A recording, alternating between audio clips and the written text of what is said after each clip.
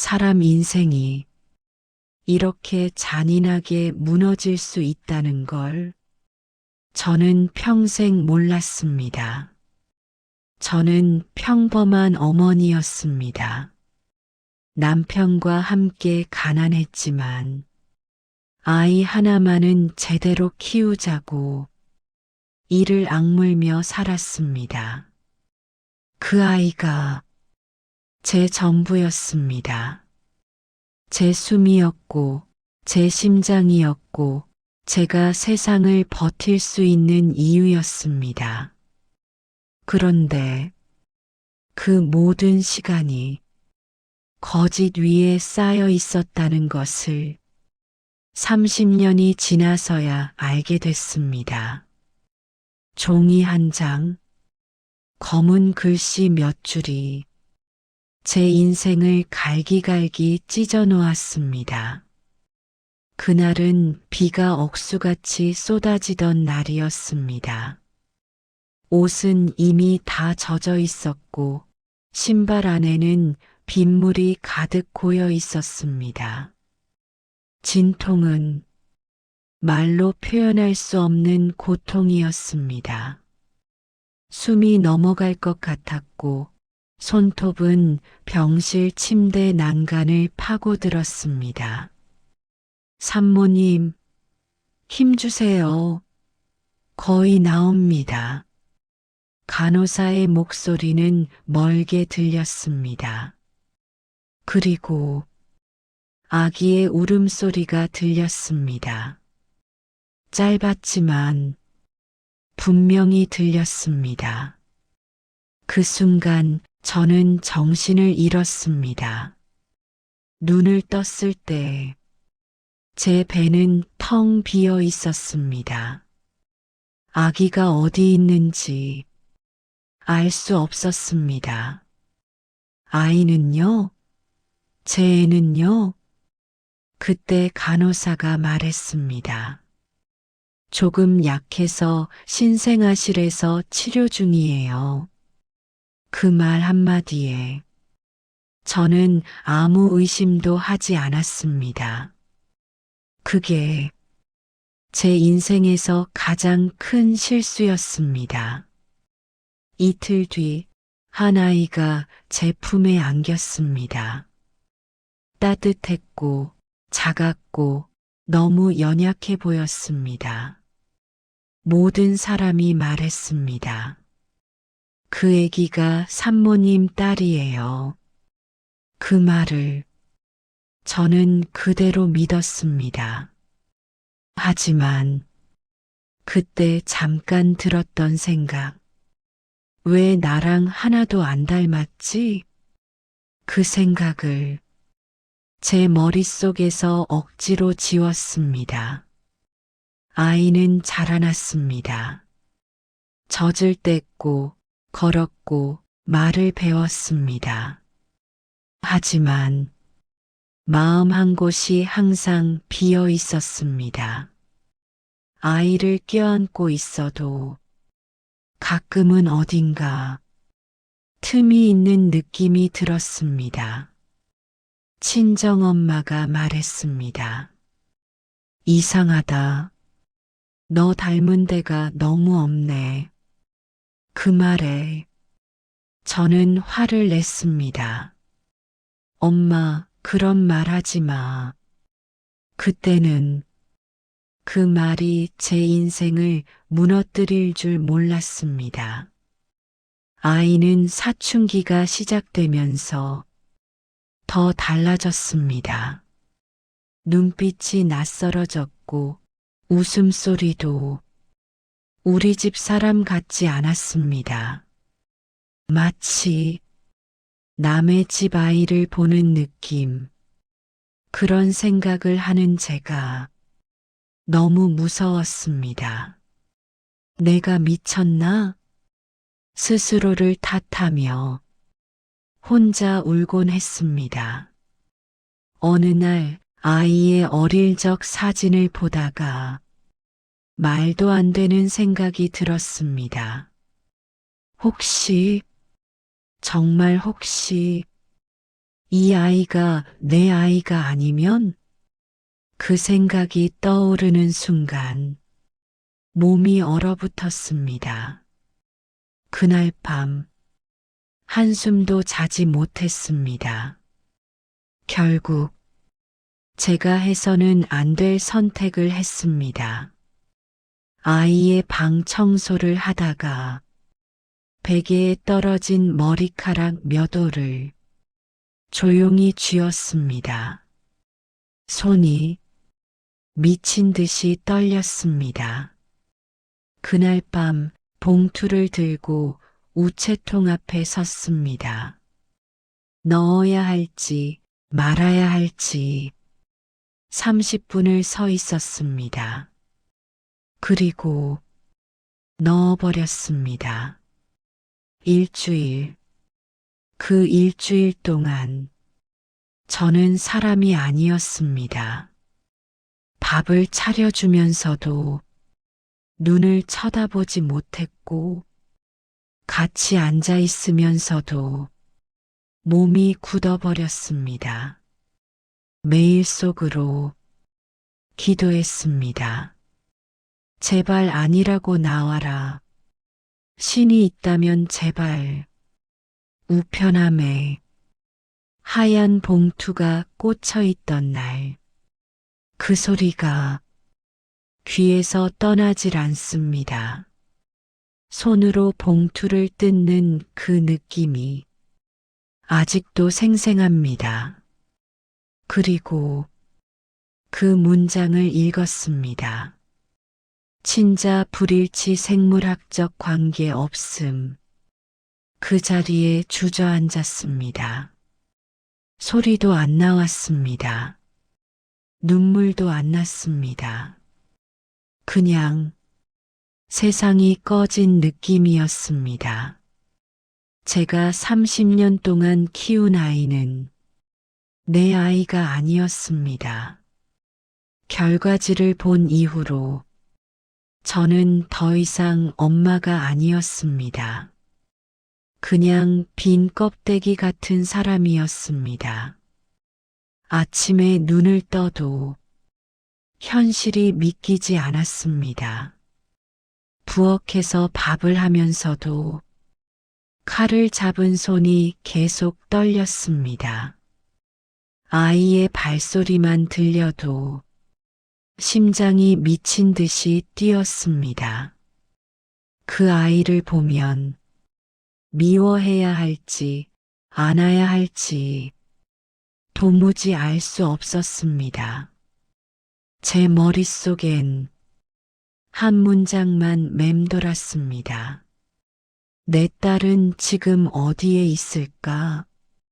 저는 30년 만에 그 병원을 다시 찾았습니다. 처음엔 발도 들여놓기 싫었습니다. 하지만 도망칠 수 없었습니다. 병원 접수 창구에 섰습니다. 30년 전분만 기록을 보고 싶습니다. 직원이 말했습니다. 그렇게 오래된 건 기록이 없습니다. 저는 소리쳤습니다. 내 인생이 거기에 있습니다. 경비가 다가왔고 저는 복도 끝까지 끌려나갔습니다. 그날 이후 저는 매일같이 병원에 갔습니다. 비가 오든 눈이 오든 몸이 아프든 기록 없습니다. 책임질 수 없습니다. 그 말만 수십 번 들었습니다. 그러다 어느 날 한 여자가 저를 불렀습니다. 나이가 지긋한 간호사 복장의 여인이었습니다. 그 여자는 주위를 살폈습니다. 그리고 아주 작은 목소리로 말했습니다.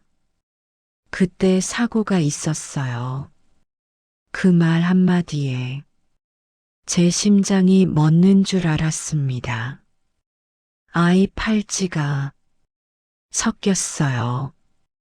제가 물었습니다. 그럼 제 아이는요? 그 여자는 고개를 숙이며 말했습니다. 당신 아이, 다른 산모에게 갔을 겁니다. 그 병원은 사고를 알면서도 숨겼습니다. 기록을 조작했고, 서류를 없앴고, 그날 근무한 직원들을 흩어버렸습니다. 제가 아무리 소리쳐도 병원은 말했습니다. 증거가 없습니다. 저는 혼자였습니다. 그날 이후 저는 사람이 아니라 짐승처럼 살기 시작했습니다. 출산 대장을 베껴 적었고 비슷한 날짜에 출산한 산모들을 하나하나 찾아 나섰습니다. 전화를 수십 통 걸었습니다. 욕을 먹기도 했습니다. 당신 미쳤어요? 문전박대도 수없이 당했습니다. 하지만 멈출 수 없었습니다.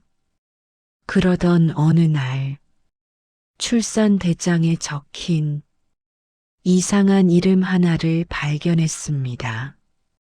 날짜가 제 출산 날짜와 똑같았고 주소가 이상하게 수정돼 있었습니다. 그 이름이 머릿속에 박혔습니다. 그날 저는 그 이름만 수십 번 되뇌었습니다. 그 이름을 들고 주민센터를 찾았습니다. 직원은 고개를 저었습니다. 그렇게 오래된 전입 기록은 없습니다. 그러나 한 직원이 안쪽으로 저를 불렀습니다. 정식으로는 없지만 한번 찾아보겠습니다. 그 기다림이 3시간이나 걸렸습니다. 그리고 그 직원이 종이 한 장을 내밀었습니다. 이전 주소, 이사 날짜, 가족 구성. 그 순간 눈물이 쏟아졌습니다. 찾았다. 드디어 찾았구나 싶었습니다. 그 주소로 바로 갔습니다. 낡은 아파트, 좁은 복도, 그 집 문 앞에 서는데 배를 누를 수가 없었습니다. 손이 떨어지지 않았습니다. 무서웠습니다. 내 딸이 나를 거부할까봐 무서웠습니다. 그 집 앞에서 저는 30분을 꼼짝하지 못하고 서 있었습니다. 문 하나를 사이에 두고 제 인생이 갈라져 있었습니다. 지금까지 살았던 30년과 앞으로 바뀔 30년, 배를 누르면 돌아갈 수 없다는 걸 알고 있었습니다. 손이 문 앞에서 몇 번이나 허공을 맴돌다가 드디어 초인종을 눌렀습니다. 문이 열렸습니다. 처음엔 잘 보이지 않았습니다. 눈이 흐려진 건지, 눈물이 맺힌 건지 알 수 없었습니다. 문틈 사이로 한 여자가 보였습니다. 누구세요? 그 목소리를 듣는 순간 가슴이 찢어지는 줄 알았습니다. 그 아이의 눈이 보이기 시작했습니다. 눈, 코, 입술. 그 순간 세상이 멈춘 것 같았습니다. 거울을 보는 느낌이었습니다. 그 여자는 저를 닮아 있었습니다. 아니, 제가 그 나이가 되었을 때 모습이었습니다. 그 아이는 경계 어린 눈으로 저를 봤습니다. 저는 아무 말도 못했습니다. 입을 열면 울음이 터질 것 같았습니다. 그 아이가 다시 물었습니다. 누구세요? 그 말 한마디가 제 심장을 후려쳤습니다. 저는 천천히 입을 열었습니다. 손이 떨려서 목소리도 떨렸습니다. 나는 너를 낳은 사람일지도 모른다. 그 아이의 표정이 완전히 바뀌었습니다. 경계, 의심, 두려움, 그 모든 감정이 한 번에 보였습니다. 이상한 사람인 거죠? 그 말에 제가 고개를 저었습니다. 검사 하면 알 수 있다. 그 아이는 문을 닫으려 했습니다. 그 순간 저는 본능처럼 문에 손을 올렸습니다. 한 번만 확인해 보자. 그 아이는 제 손을 내려다 보았습니다. 그리고 한동안 아무 말이 없었습니다. 며칠 뒤 우리는 병원 앞에 섰습니다. 어색한 침묵만 차 안에 흘렀습니다. 병원 로비의 냄새, 형광등 불빛, 그 모든 것이 30년 전 기억을 끌어올렸습니다. 그 아이는 입술을 꽉 물고 앉아 있었습니다. 검사 결과를 기다리는 시간은 더 길었습니다. 저는 말도 못하고 손만 비볐습니다. 그 아이는 휴대폰만 바라보고 있었습니다. 그리고 의사가 결과지를 읽었습니다. 친자 일치 확률 99.99%. 그 말을 듣는 순간 저는 그대로 무너져 내렸습니다. 의자에서 미끄러져 떨어지면서 바닥에 무릎을 찍었습니다. 그 아이가 저를 붙잡았습니다. 그 따뜻한 손이 제 팔을 잡았습니다.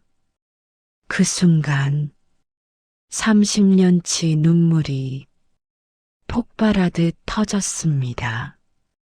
그 아이의 입에서 작은 목소리가 나왔습니다. 엄마, 그 한 단어에 세상이 다 무너졌습니다. 그 아이도 울고 있었습니다.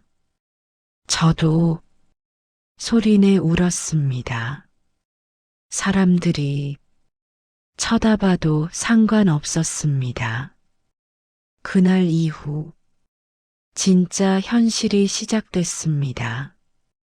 제가 키워온 아이, 그 아이도 알아야 했습니다.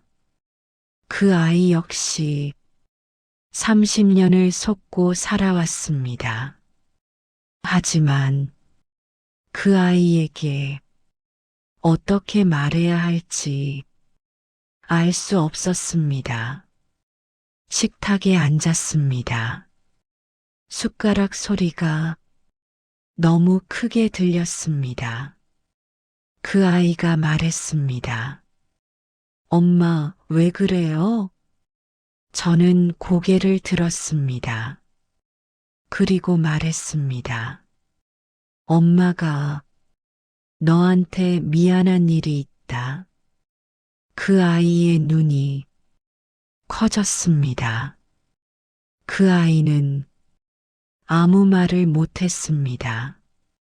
그냥 멍하니 앉아 있었습니다. 한참 후 그 아이 입에서 나온 말. 그럼 나는 남의 집에요? 그 말이 제 심장을 베어냈습니다. 집안은 전쟁터 같았습니다. 울음, 침묵, 무너진 숨소리. 그 아이는 방으로 들어가 버렸고 문을 잠가 버렸습니다. 밖에 서서 저는 아무 말도 할 수 없었습니다.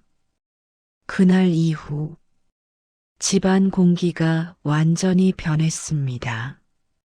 제가 키운 딸은 방에서 거의 나오지 않았습니다. 문은 항상 닫혀 있었고 불도 꺼져 있었습니다. 문 앞에 서서 몇 번이나 노크를 했습니다. 밥 먹어야지. 엄마가 이야기 좀 하자. 하지만 문 안에서는 아무 소리도 들리지 않았습니다.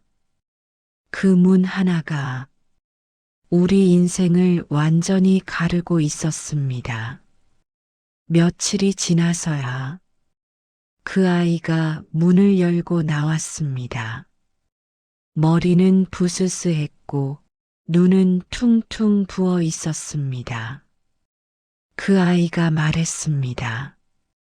엄마, 난 이제 뭔데요? 그 질문 하나에 제가 아무 말도 할 수 없었습니다.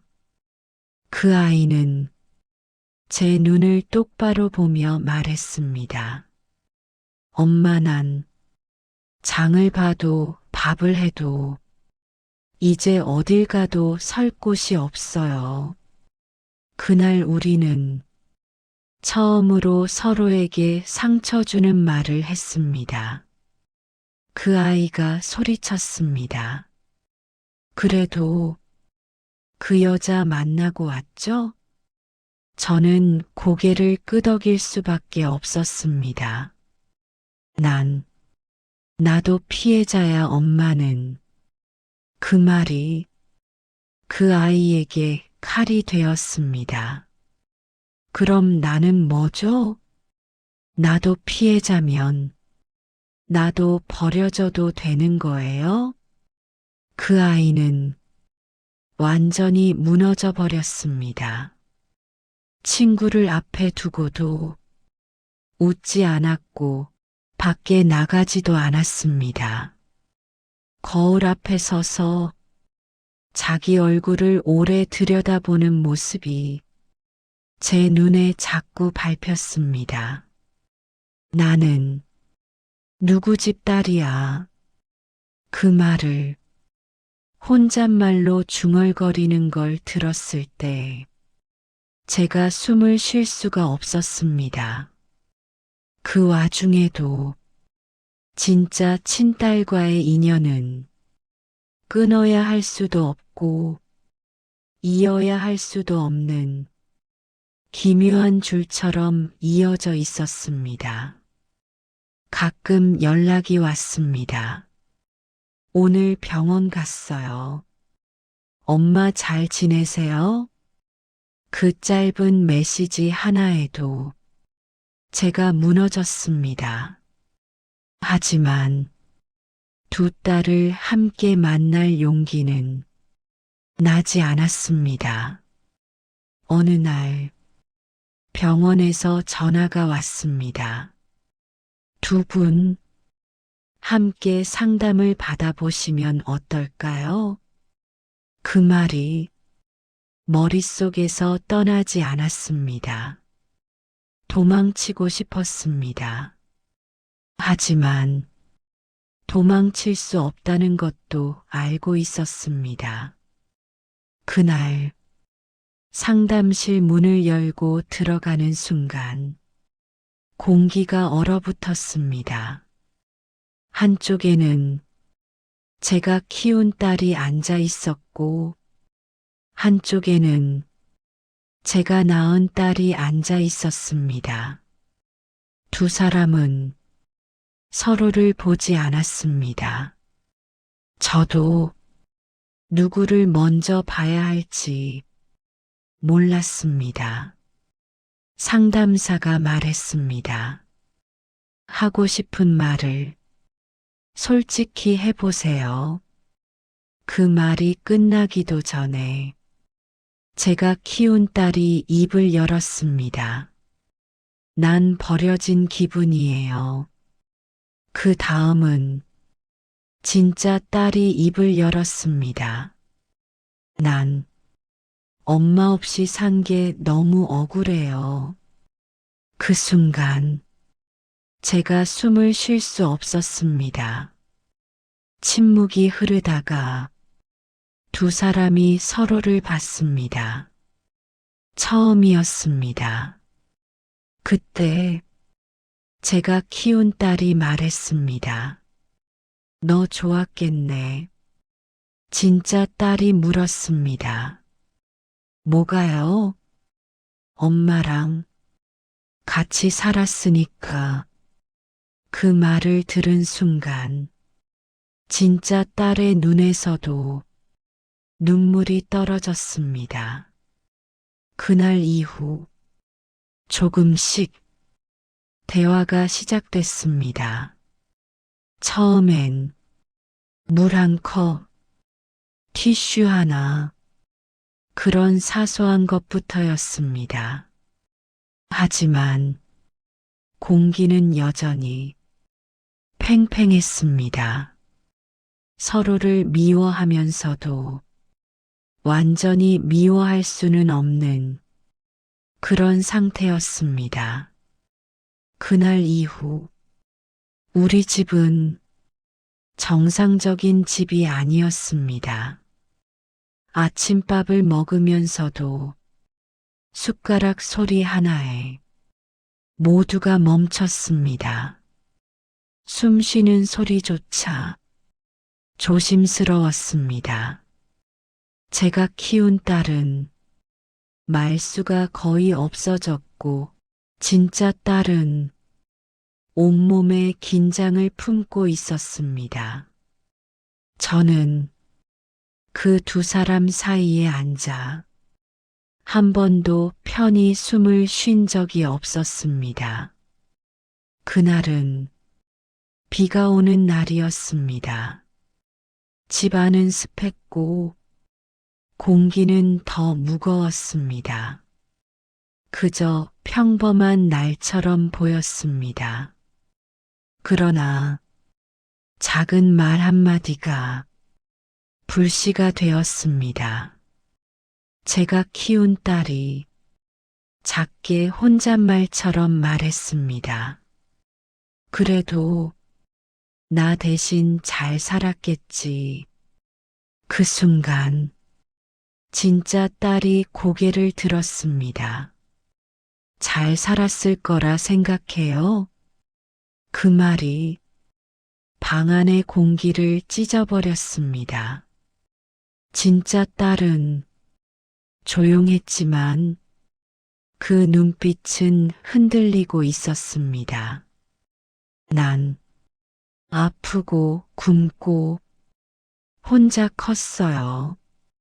그 말이 나오자마자 제가 키운 딸도 입을 열었습니다. 그래서 어쩌라고 내가 그걸 선택했어? 그날 처음으로 서로를 향한 칼날이 완전히 드러났습니다. 넌 엄마가 있어서 좋았지. 넌 그래도 버려지진 않았잖아. 말들은 칼처럼 튀어나왔고 공기를 잘라냈습니다. 저는 그 자리에 서서 아무것도 할 수 없었습니다. 그 싸움이 절정에 이르렀을 때 제가 갑자기 숨이 막혔습니다. 가슴이 조여들었고 손이 떨렸습니다. 벽을 짚지 않으면 서 있을 수 없었습니다. 그 순간 두 사람의 목소리가 멈췄습니다. 엄마, 어머니, 그제야 그 아이들의 목소리가 떨리기 시작했습니다. 정신을 차렸을 때 저는 병실에 누워 있었습니다. 형광등 불빛이 눈을 찔렀습니다. 의사가 말했습니다. 심한 스트레스입니다. 조금만 더 늦었으면 위험했어요. 그 말을 듣는 순간 제 머릿속엔 이 생각밖에 없었습니다. 이러다 이 아이들을 남기고 내가 먼저 가는 건 아닐까? 문이 열렸습니다.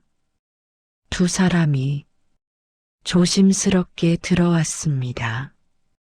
제가 키운 딸은 울고 있었습니다.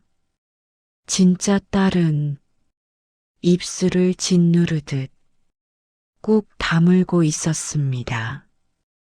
그들이 말했습니다. 미안해요. 그 짧은 말에 가슴이 찢어졌습니다. 그때 제가 처음으로 솔직한 말을 했습니다. 엄마, 너희 둘 중에서 한 명도 놓고 싶지 않아. 그 말이 나오자 두 아이의 눈물이 한 번에 터졌습니다. 그날 이후 아주 조금씩 변화가 생기기 시작했습니다. 먼저 밥을 뜨는 손, 먼저 물을 따라주는 손, 눈치 보기만 하던 두 사람이 조금씩 서로를 바라보기 시작했습니다. 아주 조금이었지만 그건 분명 변화였습니다. 그때 제가 키운 딸이 진짜 친부모 이야기를 조금씩 듣게 되었습니다. 폭력적인 아버지, 무관심했던 어머니, 외로운 어린 시절, 그 아이도 피해자였습니다. 그 사실은 저를 막을 수 없이 울게 만들었습니다. 그날 밤 저는 혼자 앉아 있었습니다. 달빛이 커튼 사이로 들어오고 있었습니다. 저는 결심했습니다. 이 세 사람이 다시는 흩어지지 않게 하자.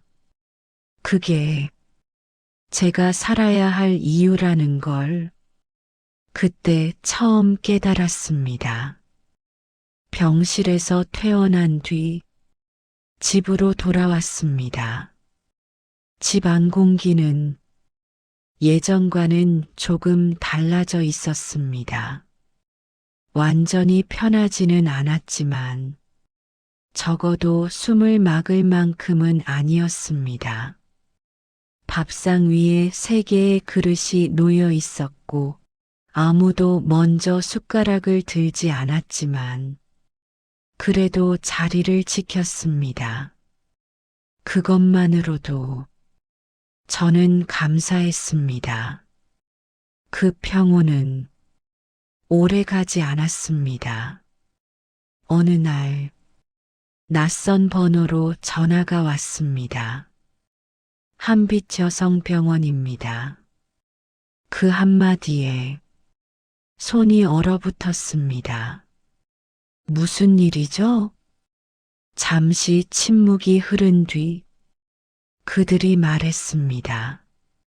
예전에 비슷한 사례가 한 건 더 있습니다. 그 병원에서 들은 이야기는 제가 상상도 못한 이야기였습니다. 사고는 한 번이 아니었습니다. 그날 같은 병실에서 바뀐 아이가 총 3명이었다는 것입니다. 저뿐만 아니라 또 다른 한 가족이 같은 고통을 겪고 있었습니다. 그날 밤 저는 혼자 울었습니다. 이게 사람이 할 짓인가? 병원은 알고도 숨겼고 사람들의 인생을 숫자 하나처럼 지워버렸습니다. 우리만의 문제가 아니었습니다. 수십 년 동안 누군가는 자기 인생을 의심하며 살고 있었을지도 몰랐습니다. 저는 그 가족을 만났습니다. 그들도 우리처럼 무너져 있었습니다. 눈빛만 봐도 알 수 있었습니다. 당신도? 그 질문에 저는 고개를 끄덕였습니다. 말하지 않아도 서로 이해할 수 있었습니다. 그날 이후 저희는 움직이기 시작했습니다. 진실을 숨긴 병원, 조작된 기록, 지워진 이름들, 신문사에 제보했고 방송국에도 자료를 넘겼습니다. 처음에는 아무도 관심을 가지지 않았습니다. 하지만 포기하지 않았습니다. 한 기자가 우리 이야기를 들었습니다. 그리고 기사 하나가 나갔습니다. 30년 전 병원 신생아 바꿔치기 의혹. 그 제목이 세상을 흔들기 시작했습니다. 인터넷이 들끓기 시작했고 제보가 쏟아졌습니다. 병원은 처음엔 전부 부정했습니다. 그러나 증거는 점점 쌓였고 침묵하던 직원들이 입을 열기 시작했습니다. 결국 병원은 공식 사과문을 발표했습니다. 당시 관리 부실로 인해 일부 오류가 있었음을 인정합니다. 그 말 한 줄에 저는 무릎이 꺾였습니다. 그날 밤 제가 키운 딸이 말했습니다. 엄마, 난 이전 부모 찾지 않을게요. 그 말에 제가 놀라서 물었습니다. 왜? 그 아이는 고개를 저었습니다. 난 여기가 집이에요. 그날 진짜 딸도 말했습니다. 엄마, 나도 도망가지 않을게요. 그 말을 듣는 순간 제가 소리 없이 울었습니다. 둘 다 도망치지 않겠다고 말한 순간이었습니다. 저는 알게 되었습니다.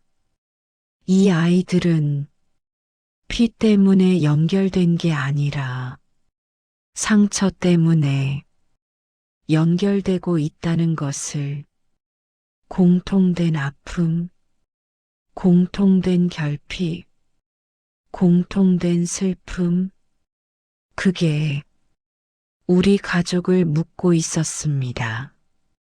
병원은 합의를 제안했습니다. 보상금, 합의금, 평생 치료 지원, 저는 그 자리에서 말했습니다. 돈 필요 없습니다. 그들이 놀란 얼굴을 했습니다. 제가 말했습니다. 진짜 필요한 건 진실이었습니다. 첫 여행을 갔습니다. 멀리 가지 않았습니다. 가까운 바다였습니다. 바닷바람이 불었고 세 사람은 나란히 앉아 있었습니다. 말은 많지 않았습니다. 그냥 같이 있었습니다. 가족은 피로만 만들어지지 않습니다.